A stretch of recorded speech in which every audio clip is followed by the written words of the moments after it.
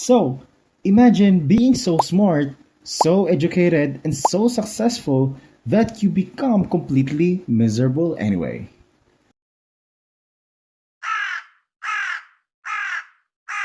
Congratulations, you are now Faust. Faust is one of the most famous tragic stories in literature, originally written by Johann Wolfgang von Goethe, and it's basically asks the questions. What happens when a human wants absolutely everything? And the answer is Nothing good. Faust is a scholar. Not just any scholar. This man studied philosophy, science, medicine, theology, and probably every subject available in medieval Germany. Basically, he's the academic equivalent of someone with 15 degrees and still saying, I feel empty inside. Despite all his knowledge, Faust feels dissatisfied with life. He believes learning has failed him, happiness is impossible, and humanity knows nothing. Which is honestly a dramatic conclusion, but okay. So, Faust becomes desperate enough to turn to magic and supernatural powers because apparently therapy was not yet invented. And this is where things get suspicious. A demon named Mephistopheles appears. Think of him as a devil sarcastic employee whose entire job is ruining people's lives creatively. Now, Mephistopheles makes a deal with Faust. Classic bad idea. The contract says Mephistopheles will serve Faust on earth and give him pleasure, knowledge, and experiences beyond imagination.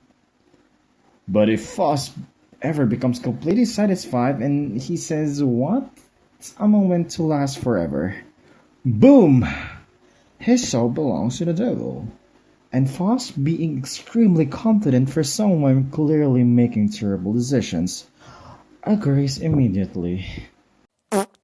So now, Faust goes on a magical adventure, trying to experience the meaning of life. He wants youth? Done! Romance? Absolutely. Unlimited experiences? Say less!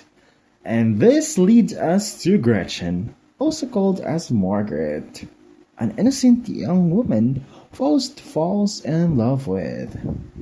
At first, this seems so sweet. Spoiler alert, it's not sweet. Because Faust's relationship with Gretchen slowly destroys her life.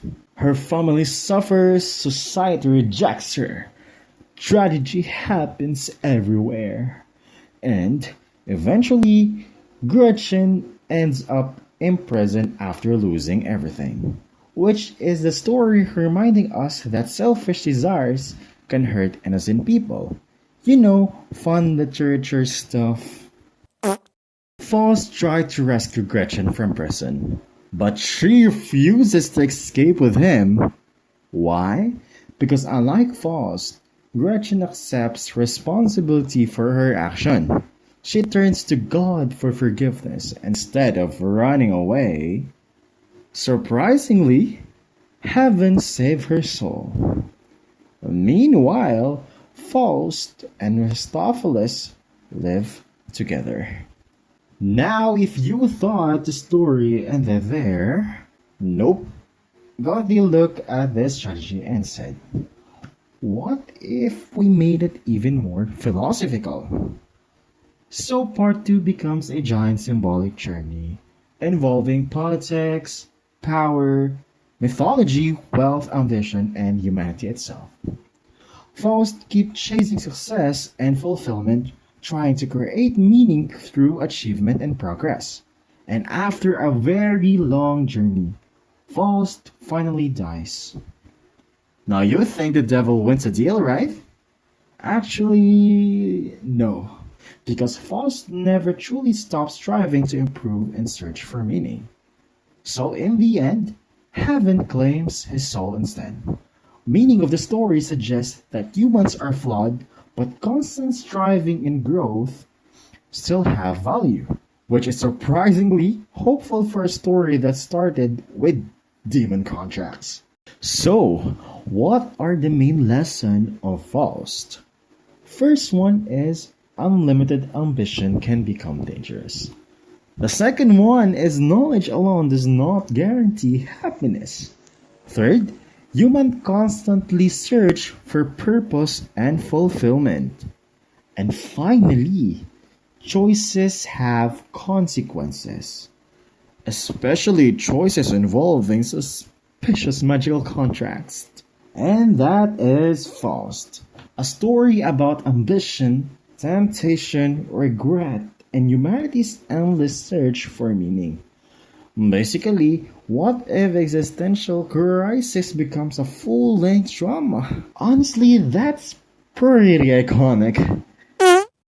And that's all. Thanks for watching.